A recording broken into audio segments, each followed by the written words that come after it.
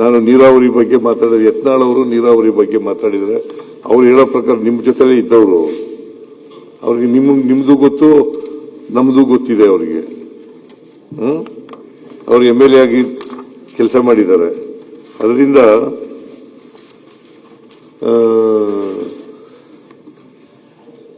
ಅವರು ಬಿಜೆಪಿ ಸರ್ಕಾರನೂ ಏನು ಮಾಡಲಿಲ್ಲ ಅಂತ ಹೇಳಿದ್ದಾರೆ. ನೀವು ಕೇಳಿಸ್ಕೊಂಡ್ರಿ ಅಲ್ವಾ? ಅವ್ರು ನಮ್ಮ ಪಾರ್ಟಿಯವರಲ್ಲ, ಅವರು ನಮ್ಮ ಪಾರ್ಟಿ ಬಿಜೆಪಿನಲ್ಲೇ ಇರೋದು. ಪಾಪ ಅವರು ಬಿಜೆಪಿ ಅವ್ರು ಕರೀಲಿ ಅಂತ ಕಾಯ್ತಾ ಕೂತಿದ್ದಾರೆ. ಕರೆದ್ರೆ ಅಲ್ಲಿಗೆ ಬಿಜೆಪಿಗೆ ಹೋಗೋದು. ಮಾನ್ಯ ಮುಖ್ಯಮಂತ್ರಿಗಳೇ, ನಾನು ಯಾರು ಕರೀಲಿ ಯಾರ ಮನೆಗೆ ಕೈಕಾಲು ಹಿಡಿಯುವಂತ ದಂಧ ಮಾಡೋದು ಅಲ್ಲ. ಕೈಕಾಲು ಹಿಡಿಯಲ್ರಿ, ಕರೆದ್ರೆ ಹೋಗ್ತೀವಿ. ನಮ್ಮ ತಾಕತ್ ಮ್ಯಾಗ ನಾ ರಾಜಕಾರಣ ಮಾಡ್ತೀನಿ. ಯಾವುದೋ ಗುಲಾಮಗಿರಿ ಕೆಲಸ ಮಾಡೋದು, ಯಾರಿಗೂ ಅಪ್ಪಾಜಿ ಅನ್ನುವಂತ ನಾಯಕ ನಾನು ಅಲ್ಲ. ಆಯ್ತ್ರಿ ಯತ್ನಾಳ್ ಅವರೇ, ನೀವು ಗೆದ್ದಿರೋದು ಬಿಜೆಪಿ ಟಿಕೆಟ್ ಮೇಲೆ.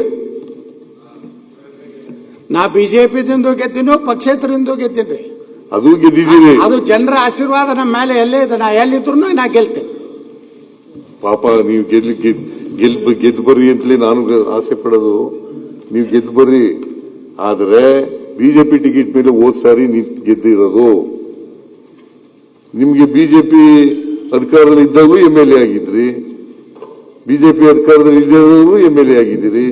ನಿಮ್ಗೆ ಎರಡೂ ಗೊತ್ತಿದೆ.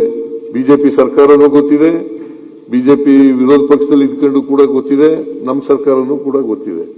ಅದರಿಂದ ನಾವು